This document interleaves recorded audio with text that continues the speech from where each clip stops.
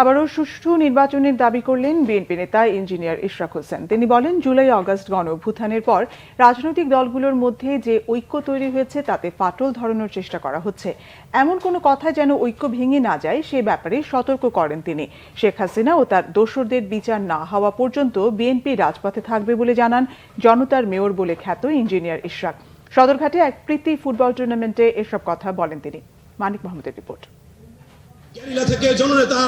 বীর মুক্তিযোদ্ধা মরহুম সাদেক হোসেন খোকা স্মরণে কোতোয়ালি থানা ছাত্রদল ও যুবদলের মধ্যে এক প্রীতি ম্যাচের আয়োজন করা হয় বুলবুল একাডেমি মাঠে। মাদকাসক্তি থেকে যুব সমাজকে রক্ষায় খেলাধুলার মতো নির্মল বিনোদন ও সুস্থ জীবনধারায় অনুপ্রাণিত করতে এই উদ্যোগ আয়োজকদের।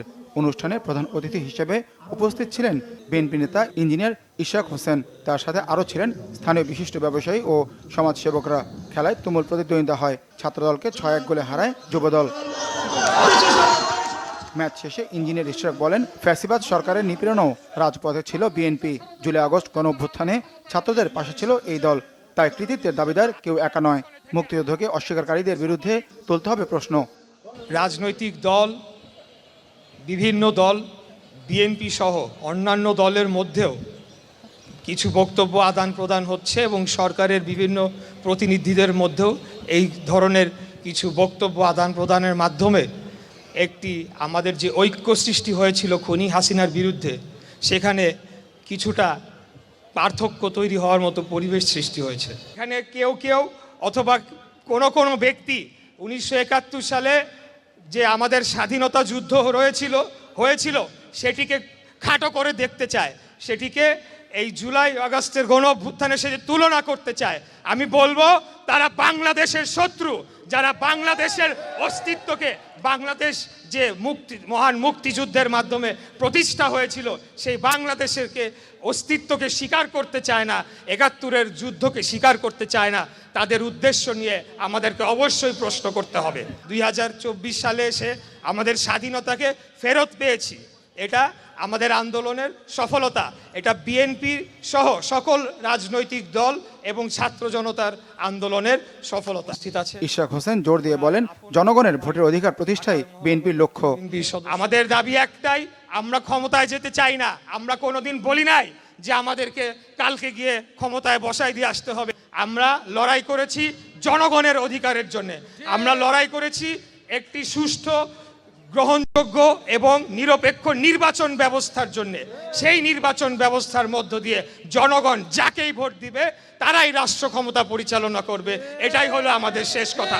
খুনি, স্বৈরাচারী, ফ্যাসিস্ট মুজিববাদ হাসিনার বিরুদ্ধে যে বাংলাদেশের আপামর জনগণ রুখে দাঁড়িয়েছিল, সেই ঐক্যে ফাটল ধরানোর একটা অপচেষ্টা চলছে। এটিকে আমাদের কোনোভাবে বাস্তবায়ন করতে দেয়া যাবে না। একটি পক্ষ রয়েছে, তারা তিলকে তাল বানাচ্ছে। যা হয় নাই তার চেয়ে 100 গুণ বেশি তারা আরও মিথ্যা প্রচার প্রচারণা করছে। যেটি আওয়ামী লীগও পারদর্শী ছিল, এখন তারাও এটাতে পারদর্শী হয়েছে। একমাত্র আমরাই সেই দল যারা আমরা মিথ্যা প্রচারণায় আমরা পারি না। আমরা সত্যের পথে রয়েছি, ন্যায়ের পথে রয়েছি এবং প্রয়োজনে দেশের জন্য জীবন দেওয়ার জন্য প্রস্তুত রয়েছি যে কোনো সময় ইনশাআল্লাহ। খুনি হাসিনা পালিয়ে গিয়েছে বলে তার মাফ হয়ে গিয়েছে, এটা কোনোদিনও হতে পারে না। যারা সাধারণ ক্ষমা ঘোষণা করেছিল তাদেরকে বলতে চাই, কোনো সাধারণ ক্ষমা ঘোষণা করা হবে না। প্রত্যেকটি হত্যাকাণ্ডের জন্য এই গণহত্যাকারী খুনি হাসিনাকে বাংলাদেশের মাটিতে ফিরিয়ে এনে তার সর্বোচ্চ বিচার এবং সর্বোচ্চ শাস্তি নিশ্চিত করতে হবে। যেই খুনি হাসিনার নির্দেশে অন্তঃসত্ত্বা মহিলা পর্যন্ত রক্ষা পায় নাই, তাকে হেলিকপ্টারের গুলি খেতে হয়েছে। 8 বছরের শিশু পর্যন্ত রক্ষা পায় নাই, তার বাসস্থানে তাকে ওয়াল ছিদ্র করে হেলিকপ্টারের গুলি খেতে হয়েছে, মৃত্যুবরণ করতে হয়েছে, শহীদ হতে হয়েছে। শহীদদের রক্তের সাথে আমরা প্রতারণা করব না। আমরা যতদিন না পর্যন্ত খুনি হাসিনা এবং তার দোসরদের এই বাংলাদেশের মাটিতে পূর্ণাঙ্গভাবে বিচার এবং শাস্তি নিশ্চিত না হবে, আমরা রাজপথে আমাদের লড়াই চালিয়ে যাব, আমাদের সংগ্রাম চালিয়ে যাব। পরে চ্যাম্পিয়ন ও রানার্স আপ দলের ফুটবলারদের হাতে পুরস্কার ট্রফি তুলে দেন ইঞ্জিনিয়ার ইশরাক।